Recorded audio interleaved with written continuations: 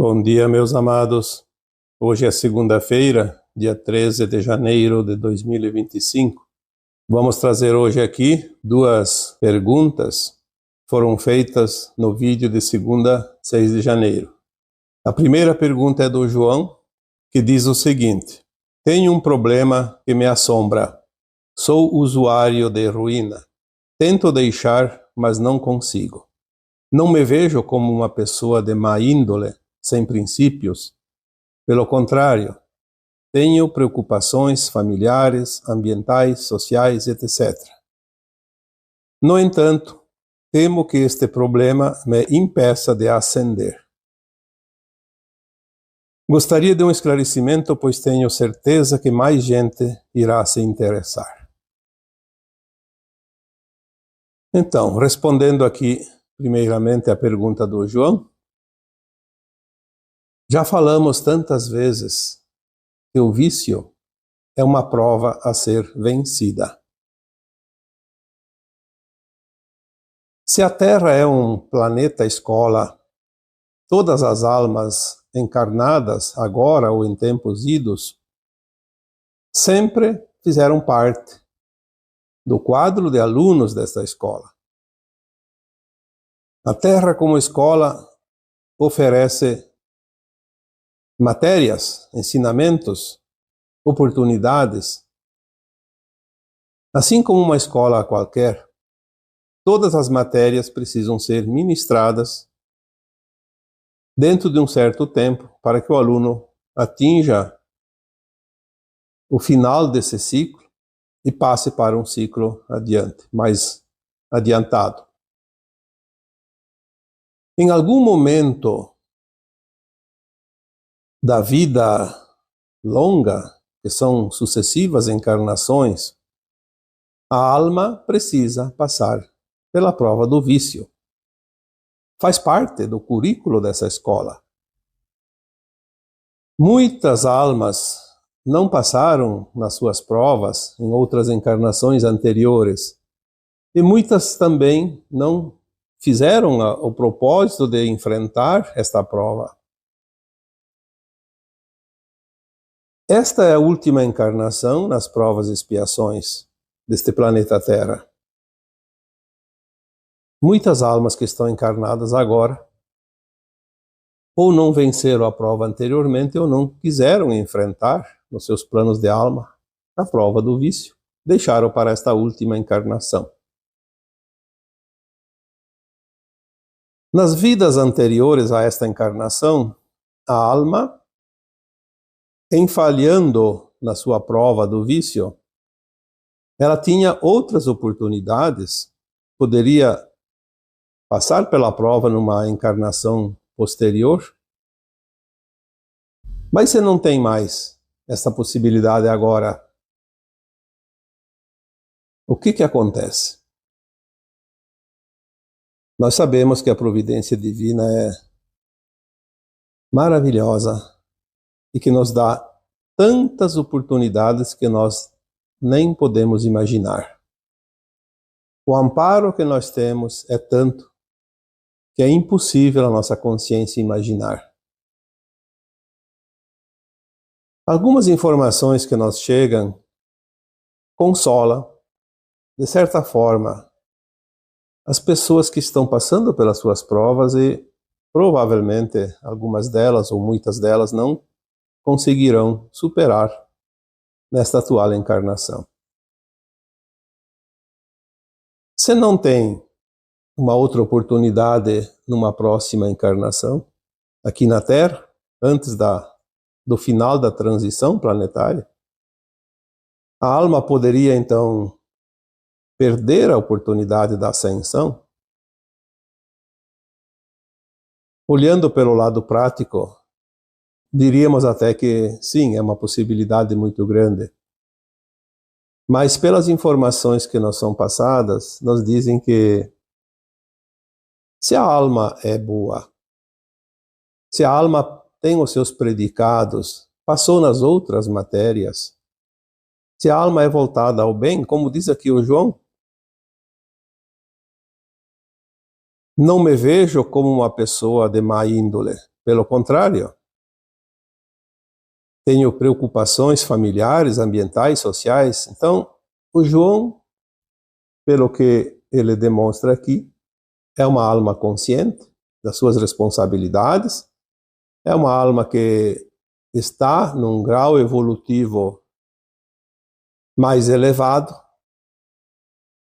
No entanto, não está sendo fácil vencer a prova do vício. Podia ser qualquer outra prova mais difícil. E vício pode ser qualquer tipo. Vício é algo que a pessoa pratica e não consegue se desvencilhar. Algumas publicações anteriores foi dito que há muitas possibilidades agora. Se não há mais tempo, temos outras chances.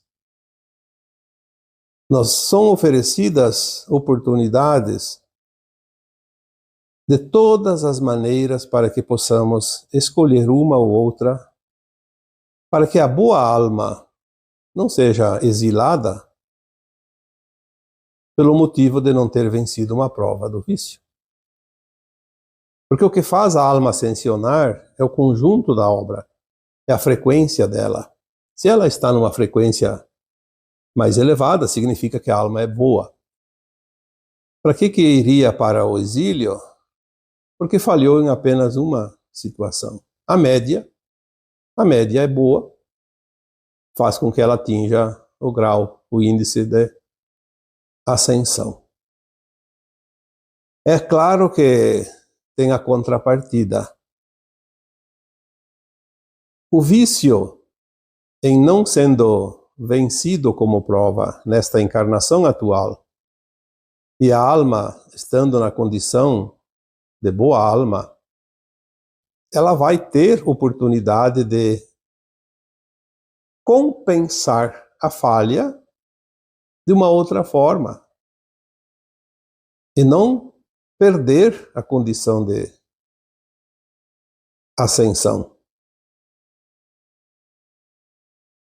Nós demos exemplos muitas vezes, e aqui eu vou repetir para que fique mais claro. A alma encarnada que tem o vício do cigarro, do fumo, não consegue vencer a prova. Se faltar média no final, a alma tem no seu plano que ela pagaria o preço da falha. Então vem provavelmente uma doença que os médicos dizem é consequência do cigarro, como um problema pulmonar, por exemplo. Se a alma tem o vício da bebida alcoólica, provavelmente vai ter um problema no fígado, ou no estômago, no esôfago, em algum lugar, na garganta. Se ela tem o vício de comer demais, vai ter outro problema no corpo. Se tem o vício da droga, vai ter algum problema originário do uso exagerado, contínuo da droga. Então aqui, João, se você é, de fato, uma alma consciente que se esforça para ser a tua melhor versão, não tenha medo de não ascensionar. Faça o teu melhor nos outros aspectos para que você possa ter uma média. Porque se numa escola nós passamos pela média, na escola da vida não é diferente. A média final é que conta. E se você tem uma boa média, confie. Lembre-se que nós somos amparados muito mais do que possamos imaginar. É muito difícil a alma não ascensionar, porque é uma lei natural, se ela faz um pouco de esforços. É óbvio que esperar que os outros resolvam nossos problemas não contam pontos nessa média final. Os pontos que são contados são aqueles que vêm dos nossos esforços. Quando nós damos o nosso melhor, quando nós somos a nossa melhor versão. Porque, como disse o Cristo numa parábola, a cada um é dado segundo os seus esforços, as suas obras. E não há justiça melhor que essa. Se você faz por merecer, você tem o mérito. Se você não faz por merecer, obviamente não terá esse mérito. Todos nós, como humanos, temos limitações e somos falhos. Faz parte. Acertar, errar, aprender. Aprendemos com os nossos erros, embora analisando por um aspecto mais abrangente, vemos que não existem erros. Existem oportunidades, existe o aprendizado. E aquilo que nós classificamos como erros são, na verdade, as grandes oportunidades onde nós aprendemos as lições. Então, se você tem essa consciência, continue firme no propósito de ser a tua melhor versão. É a única coisa que realmente vai contar lá no final. Obviamente, continue se esforçando para vencer essa prova, você tem tempo. Muitas vezes parece que perdemos a oportunidade, mas lá adiante surgem outras alternativas e ainda é possível vencer. Está bem, João? Espero realmente que você tenha sido orientado, que é o que nós temos para te dizer, porque é o que vem para te informar. E neste mesmo vídeo de segunda-feira, 6 de janeiro, temos uma outra pergunta formulada pela Cláudia Bergamin. Ela questiona: como fica a nossa responsabilidade sobre os atos cometidos através da influência dos obsessores? Bom, nós sabemos que obsessores tinham e eram bem comuns até agora, praticamente. Mas sabemos que os obsessores, como almas que não são boas almas, que se fossem boas almas não seriam obsessores. Os obsessores, na maioria, eram almas desencarnadas. Almas que tinham passado pela experiência da matéria, como todos nós. Mas se compraziam tanto na maldade enquanto encarnados e também depois de desencarnados. Obviamente que também havia alguns obsessores de entidades extrafísicas que nunca encarnaram na Terra. Mas todas essas almas já foram levadas, a Terra já está livre delas. Então alguém diz assim, mas ainda tem, lá no centro espírita, lá no centro de Umbanda, a pessoa que tem mediunidade ainda sente, vê. Sim, um obsessor, tanto antes quando existiam de fato e agora, é uma energia. Porque ele não tem matéria. Ninguém viu um obsessor em carne e osso. Sentiu a influência. Alguns questionamentos que eu mesmo fiz para a minha equipe espiritual nesse sentido. Como assim? Você não tem mais obsessores? Como que alguns médiuns ainda sentem, pressentem, e alguns até vê vultos, imagens, cores? Enfim, sentem a energia. As orientações que têm chegado e as informações que nos são dadas é que, muitas vezes, aquilo que nós classificamos como obsessores nada mais é do que a nossa sombra ou as nossas sombras internas, ou de alguém próximo de nós. Porque tudo é energia.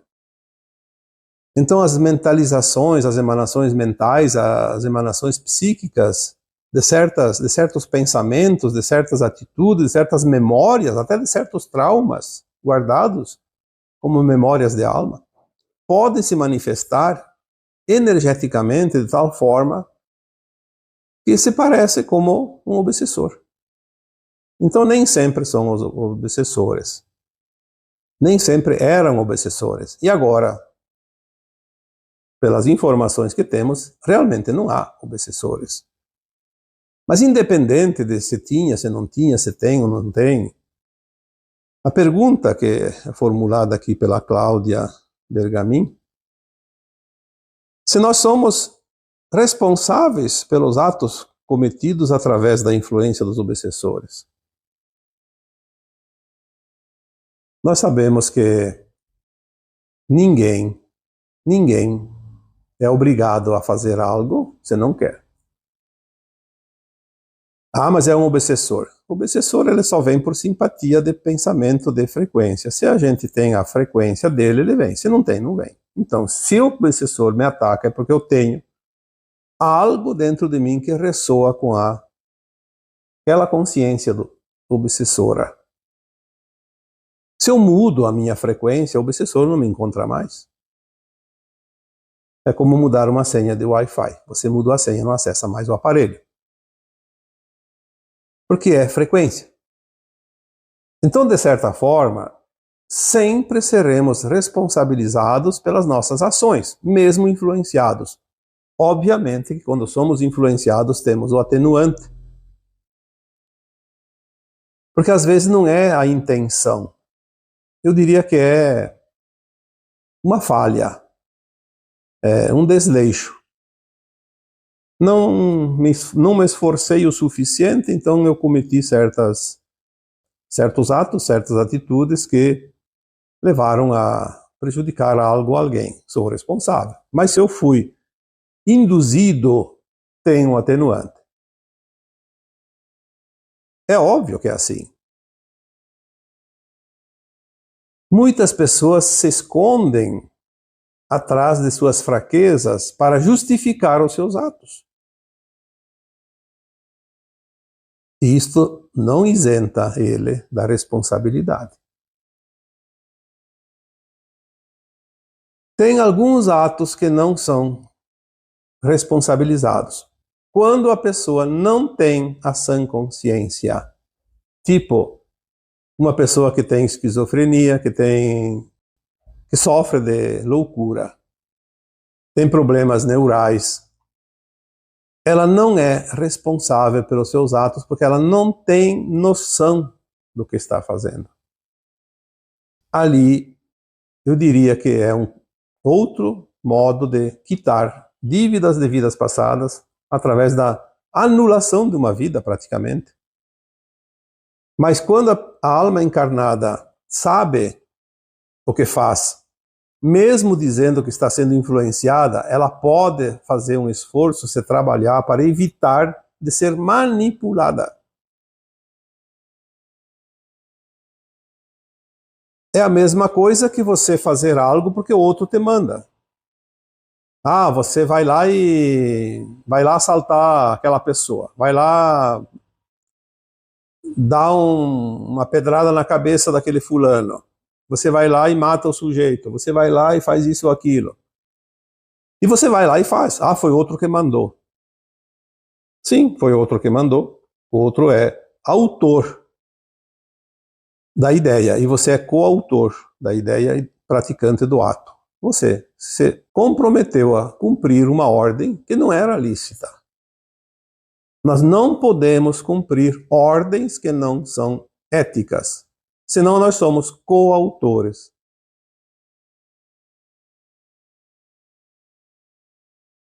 Seja por ordem de um obsessor, seja por ordem de um encarnado, seja por ordem de quem quer que seja. Você nunca é obrigada a cumprir uma ordem que você não ache ética, moral. Se você fizer, Você é corresponsável. Espero que fique claro essa resposta, porque desculpa ou desculpas não justificam as nossas falhas. Lembrando que a justiça divina não tem um manual, não tem um julgador. É a nossa consciência que analisa cada situação, e a análise é feita sob a frequência daquela ação. Não há nenhuma chance de erro, porque a consciência é o seu próprio juiz. A consciência é a sua própria alma. A consciência é o que somos. E ninguém engana a si próprio no momento da sua análise, quando está na consciência mais elevada e fazendo aquela autoanálise da sua conduta, do seu caminhar. Não há ninguém para dizer você acertou, você errou. A consciência própria de cada um de nós dirá: olha, aqui ainda não atingiu o índice, o ponto, o degrau da escada necessário. Preciso ir lá fazer novamente a prova.